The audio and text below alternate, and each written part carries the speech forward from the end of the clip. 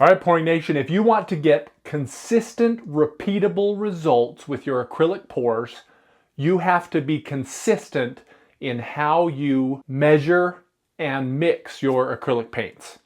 Now, there are two main ways that people use to mix their acrylic paints. One is by weight, which is why I have these scales here, and one is by volume. And volume is talking about the amount of area or the amount of space that the paint or pouring medium takes up. So this is a measurement of volume.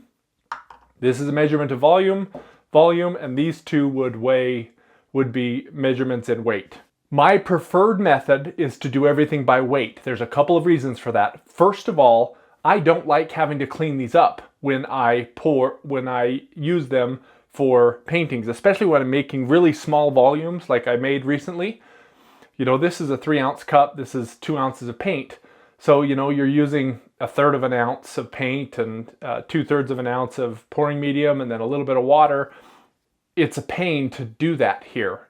And for me, it's so much easier to do things by weight, because instead of putting paint in here, taking it and putting it in my cup and then putting pouring medium in there and putting my cup and having to clean it out every time, all I have to do is take a brand new cup, zero out my weight, pour in my paint. Now I have 12, zero out my weight. Get my pouring medium, I want twice as much, so I'll do 24. Ooh, a little bit over, that's just fine. I could pour it back if I wanted to, but then I'm done. Nothing to clean, nothing to worry about. And you absolutely can use either way, there's no problem there. The reason why you want to do it is if you're doing it the same way every time, and I write down a recipe and I do it the exact same way the next time, then I'm going to get similar results. Now, acrylic pouring is a very abstract painting, and the paint does have a little bit of mind of its own. So differences in temperature, differences in how quickly you pour, things like that can affect it. But in general, as long as you mix up your paint the same way every time, you're going to get the same results. So one of the questions I get all the time is, isn't measuring by weight and by volume different? And it absolutely is. So for example, this cup measure is fluid ounces. What generally gets done is this has cups, ounces, and milliliters, but this is based on the size of water. So if I got a cup of water, it should be about 8 ounces of water. So one problem you'll have with volume and doing things is the measurements are different in different parts of the world. So for example, this is a 1 cup measure. I know it's we've taken the name off there, and this is a 1 cup measure, but a cup in the US is approximately 240 milliliters, but a cup in Australia and the United Kingdom is 250 milliliters, and a cup in Japan is 200 milliliters. So depending on where the artist is you're at, if you use volume, the amounts can be different. But again, that doesn't matter. As long as you're using a consistent way to do it. Always use the UK cups, always use the US cups, always use, you know, Japanese cup measures every time you do it, and you will be replicating what you did the previous time. The other thing between these two is, as I said before, the measurements are different. And we're going to do a quick experiment to show you. So I have 3 clear cups. I'm going to put that on my scale.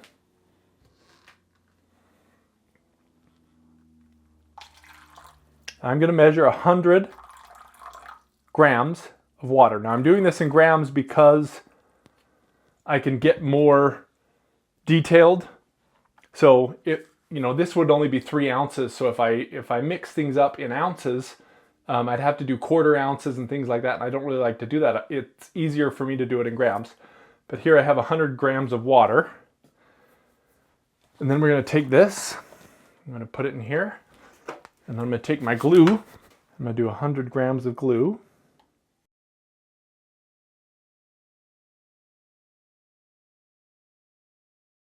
$101 grams. The 1 gram is not going to affect us here. And last but not least, I'm going to do 100 grams of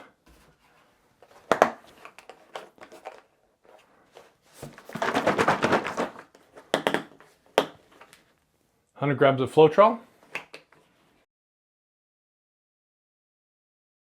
not put that in there.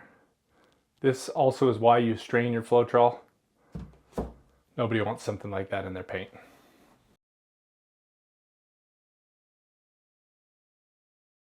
So now let's compare these. So I have 100 grams of each.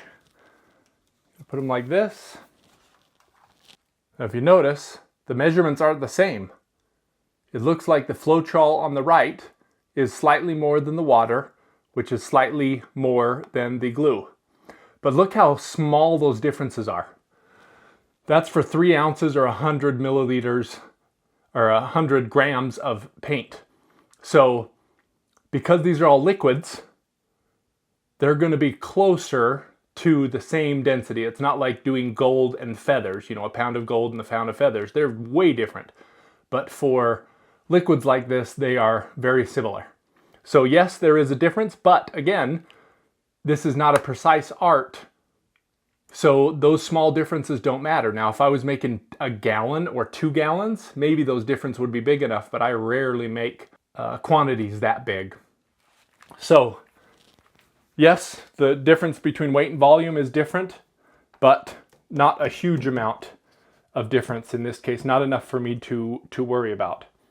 Now, paint is a little bit more dense, depending on the pigments that are in the paint, but the pigments usually make up about 10 to 20% of the total paints.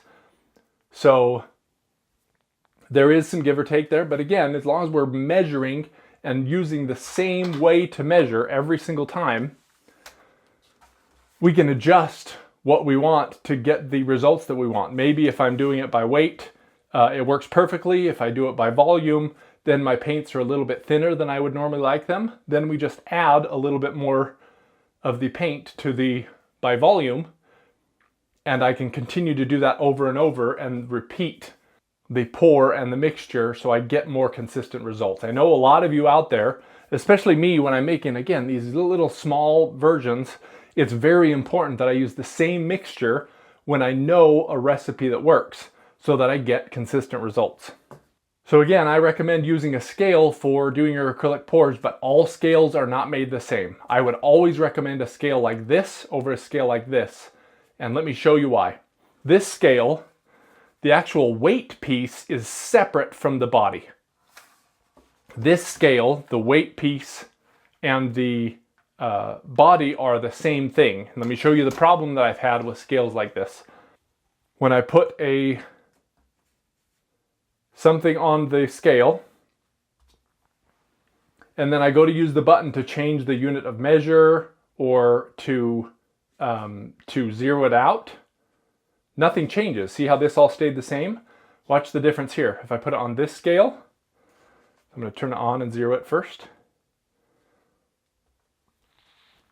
I put it there, but look, when I try and push something, it changes the weight because I'm pushing down, and this is pushing the scale down. And so it's a pain to get these things to work correctly, and as I push, it's going to change. So see, I'm pushing down to try and turn it off, and look, it went up to 1,000 milliliters. So it's much harder to use. So if you get a scale that has the scale and the base separate, you will save yourself a ton of time and aggravation. And this, I have really liked this scale. I don't think it's sold anymore, but I will link in the description below a couple of scales that I recommend from Amazon. Generally, they're between $10 and $20. Well worth the money. And now you know the differences between weight and volume and a couple of different ways to measure your paintings. Please use the same method every time, and you will have so much less problems recreating paintings you've done before or getting closer to the type of paintings that people that give you a recipe have. And that's not the only thing that's going to give you consistent paintings. The second thing is consistently mixing your paint the same way and getting the same consistency every single time. And this is the video you need to watch to help you perfect getting the same consistency with your acrylic paint pours.